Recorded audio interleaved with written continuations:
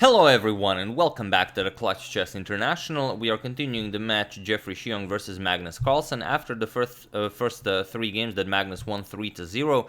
From the next 5 games, 2 were won by Xiong and 3 were drawn. And this is game 9. I decided to skip some of the games as I'm taking a little break after the Lindor's Abbey Rapid challenges. That was really exhausting, and we had the Magnus Invitational before that, so now I'm kind of limiting it to 1 video per day. Maybe today I'm gonna do 2, but until I decide otherwise, do expect only 1 video per day.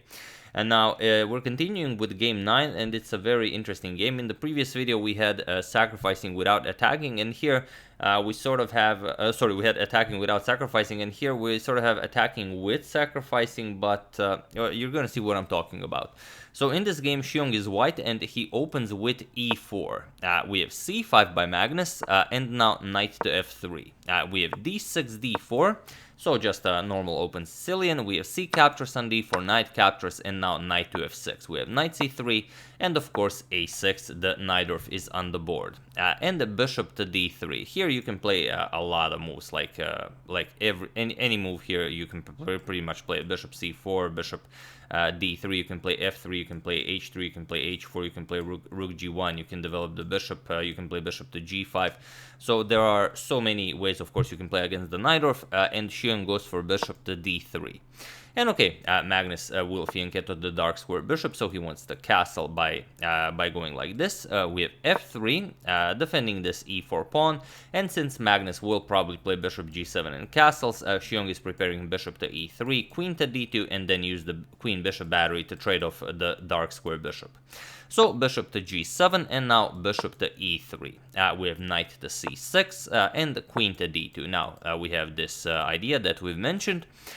Bishop to d7, and now just queenside castles. And now there is one game in the database from the Women's World Blitz Championship 2019 where b5 was played, but here Magnus goes rook to c8, and it is as of move 10 that we have a completely new game. What's Xiong gonna do? He plays knight captures on c5. What can black do here? Obviously, you can reply with b captures, something you don't really want to do. It does make sense to capture towards the center, but in the Najdorf Sicilian, black will always have the open c file to use for attacks. You can maybe castle kingside, the double rooks on the c file, and then create threats along the c file towards the white king. So it does make sense to keep the file open. Now, one thing you could do is play bishop captures here, which makes sense. The bishop will be more useful on this diagonal. Also, you, for the moment, help defending the b7 pawn. However, Magnus goes for rook captures on c6. He keeps the bishop on d7, which is a bit odd, but that's why one of the reasons why we're showing this game. And here, you could go for the prophylactic king to b1, might not be a bad idea. But Xiong goes for bishop to h6 right away. And this is the, moment where the magic happens. Bishop captures on h6, of course, why not? Queen captures, preventing castles for the moment. And now Magnus goes for the immediate rook captures on c3. Now, rook captures on c3 is not anything weird. I mean, it happens in the Najdorf Sicilian all the time. However, in this position, it is a bit weird because you don't have any immediate counterplay. So b captures on c3, and now queen to a5. And the idea is, okay, now you've ruined the white's pawn structure on the queen side, you're down the exchange, but you have some targets here. This is a target, this is a target. So king to d2, defending the c3 pawn. And getting the king to safety. And now the calm bishop to c6. So not rushing with a pawn grab or anything, just bishop to c6. It will come in useful when rook to b1, for example, is played and you need to defend the b7 pawn. And here h4. Xiong is now preparing to start expanding on the king side with the g4 and so on. So here Magnus grabs the pawn with queen captures on a2. And now, okay, he's down the exchange, but he managed to grab one pawn, and he already created a passed a pawn. So rook to b1, and now, okay, it's very useful that the bishop is already on c6, but now queen to a3. Queen to a3, probably with the idea of going queen to c5 followed by queen to f2 check, checking the king, maybe start picking up material on the king side as well. So Xiong brings the queen back. We have queen back to e3, and now queen to a5 by Magnus. and now g4. So Xiong starts expanding on the king side as well. If now, of course, you castle, then you could play h5, you could play queen to g5 over a queen trade here. A lot of ideas are possible. So knight to d7, not waiting for this move, but also in expectance of f4, Magnus wants to play e5, or maybe knight will come to c5, which will also be very nice since white doesn't have a b pawn or a d pawn to kick away the knight. Sorry about that. The knight could have a very nice outpost on c5. So rook to a1, pushing the queen back, and now queen to c5. Magnus offers a queen trade, and now, while you could capture, like I said, if this knight ends up here, you don't have any pawns to kick the knight away, it will be an excellent outpost for the knight. So instead, Xiong pushes f4, he starts his expansion on the king side, and now e5. And now, okay, if pawn captures, then the knight can also find a very nice outpost for itself on e5. And here, Xiong decides to trade queens. He is up the exchange, so he's very happy with this. We have queen captures, d captures, and now rook h to f1. Preparing to open up the f-file, but not just yet. We have king to e7, and now rook to a5. Rook to a5 with the idea you cannot move the knight since the c pawn is under attack. You cannot defend it with b6 since you lose the a6 pawn. And also there's just the threat of captures, and of course captures on c5 once the knight is overloaded. So here Magnus has to decide whether he wants to defend with f6. Here you would get something like f5, g captures, e captures, and then in order to prevent the g5 you could play something like h6, and it's still... it's a playable position. It's a weird position, but definitely a playable one, where white should always be better. However, it's very hard for the rooks to find any activity. Probably you want to activate them along the d file, as it's the only open file on the board. However, then you allow black to start expanding on the queen side with b5, a5, a4, and so on. So instead, after this rook to a5 idea, Magnus decides to give up the c5 pawn. However, he will also create a weakness on the king side. So he plays h6, and Xiong goes for it with f captures on e5. Magnus captures with the knight. Now that f4 has been played, g4 has been weakened. Rook captures on c5, and knight captures on g4. And now e5. And we get another very, very cool position, very active position, where the rooks are still not easy to coordinate, but at least now you have the semi-open f-file to use for your rook. So Magnus goes rook to d8, he shifts the rook to the only open file on the board, and now rook to f4, attacking the knight, but also preparing rook to d4. You kind of want to undouble your pawns, if at all possible. So we have h5, Magnus defends it, and now rook to d4, going for this trade. And now if you do this, then white is pretty much just winning. You've fixed his only weakness. He's going to play c4. That's a weird arrow. c4, d5, and that's just winning for white. So here we have rook to e8. Magnus, of course, cannot afford this trade. And now Xiong finds a very nice pawn grab. Bishop captures on a6. Point is that if you capture, then rook captures on c6. You've pretty much fully activated your rooks. And let's say knight captures on e5. You grab the pawn back. Rook e4 attacks the knight. King f8. And you get this position where... Well, white will of course grab the a6 pawn, and then you get this position where the material is equal regarding pawns. Of course, white is still out the exchange, but it's very hard. For example, knight f3 check, king will move. Let's say king e3. You're gonna pick up the h4 pawn. Now white will be up a pawn, and if a trade happens, you will have a rook and the knight. But black will have 3 connected pass pawns against white's 2 pawns, which are doubled on the c file. But white, of course, is still better. So instead, after bishop captures on a6, Magnus doesn't go for this, he just plays king to f8. Gets the king to safety, and now bishop to b5. An interesting idea. There is the engine line. Of course, there is always the engine line, and I will mention it at some point, but here it's just weird. For example, rook to b4. Now threatens to capture the b7 pawn. Of course, we already said that this is good for white. So rook to e7 defending, and now e6. But this is just something you don't consider if you're a human. Point is that now, if the rook captures, you can pick up the b7 pawn. So black will have to capture this way, and now black's pawns will be much more vulnerable.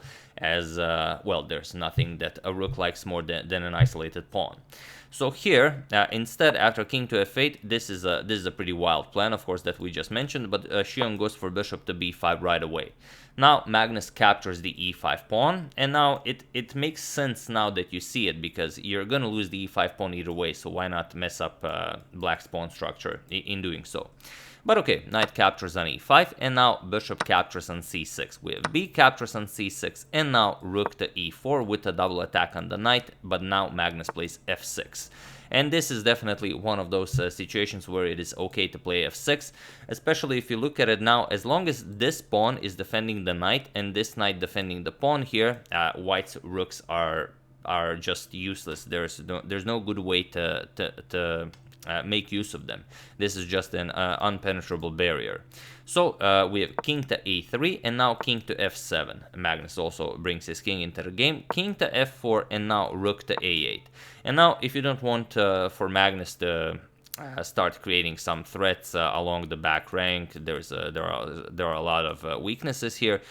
You go for rook captures on e5. Since you realize that the knight is just too powerful here, you just give up your exchange to reduce the pressure on the position.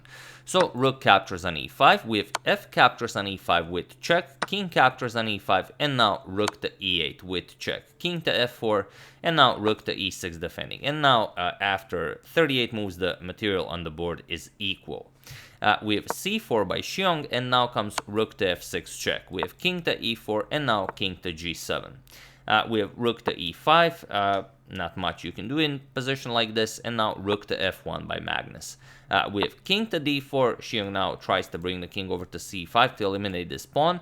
However, rook to f4 with check, and now Xiong has to make a decision whether to go back, go forth, allow the capture on h4, or to block with the rook, and while doing so to defend the pawn here. So the point is you should go king to c3 and just keep an eye on everything, guard the two pawns with the king, then your rook can pick up this pawn, and you can play this endgame and try to win the race. Well, you're probably not going to succeed in winning, but you probably will be able to draw. However, Xiong played rook to e4 here. He decided to defend while also guarding the pawn. But this now just doesn't work, because Magnus captures it with check, we have king captures, and now king to f6. And now, of course, Xiong goes for the opposition. King to f4, but now feel free to pause the video and try to find the winning move for Magnus here while I give you a couple of seconds, as it's a very, very exciting structure. So for those of you who were able to do it, congratulations on being an excellent student of the endgame. And for those of you who just want to enjoy the show, it's c5. c5, it's very important. c5 followed by g5, not the other way around. The problem with starting with g5 check is that after h captures and king to g6, white can actually play c5 and completely limit your options. Here you will not have any good moves. Your king cannot really stay here, so you'd have to play something like this, and after this you're going to play this, captures, and now we finally get an opposition. So here you will not be winning, as the opposition is, it always exists, so there is no win here. However, if you found c5, then black wins. And the point is next, of course, c3. White doesn't want to move the king first, and now of course g5 with check. We have h captures on g5, and now king to g6, and it was in this position on move 47 that Jeffery Xiong resigned the game, and the game 9 goes to Magnus. Here white resigns, as there is nothing more to be done here. White is unable to complete the opposition, so for example, we could play it out a little bit. Let's say king to g3, king captures on g5, and now for those of you who are new to the channel or new to chess in general, if you don't know what the opposition is, you should definitely Google it, and there are a lot of material on the internet about it. You can learn about it, and it will help you a great deal in your own endgames. So here, of course, let's say king to f3, you have to play something, but now just king to f5. White now has to deal with this pawn, and black will use the remaining time to go after the queenside pawn. So let's say king e3, you're gonna go h4, so now white has to deal with the passed pawn, king f3, h3, king to g3, now king e4, and now after this you finally gobble up the pawns. King g3, king captures, you're gonna go king f3, captures here, king e2, but now king to c2. You of course don't allow the white king to touch the c file, and now after a few more moves you're just going to push your pawn here, you're going to push it here, let's say king b2, and now the pawn queens, and it's game over. So Xiong of course knows this, and after king to g6 he resigned the game. So what's very impressive and what's great about this game is that after Carlsen's rook captures on c3 idea, pretty much in the opening, the engine only favors white. The engine says it's not really not a very impressive. Let me just go back here. Yeah, the engine doesn't really enjoy this, but when a human plays it, of course, it is much harder to coordinate everything. But Xiong was better; he was better for the entire game, and then at some point the knight was just too powerful. So the knight was able to control both rooks, and in the end, Xiong was forced to give up one of the rooks for the knight. But yeah, that's the game. I do hope you enjoyed it. Like I said, I haven't been following the Clutch International in great detail, but if you have a favorite game of your own, do use hashtag suggestions, suggest your game. I'm gonna check it out and, well, probably make a video on it, from especially if it's from some of the other matches. So, I would like to thank Vladimir Juranic, Fernando James, Stefano Minguzzi, DK Benjamin, and Hernan Nicaso for a contribution to my channel. Thank you a lot, I really appreciate it. As usual, you can check 2 of my previous videos here. Thank you all for watching, and I will see you soon, continuing the coverage of the Clutch International, checking up on your wonderful suggestions, continuing the Morphy saga, and whatever else happens in the chess world. So, thank you all, I will see you soon, and have an excellent rest of your day.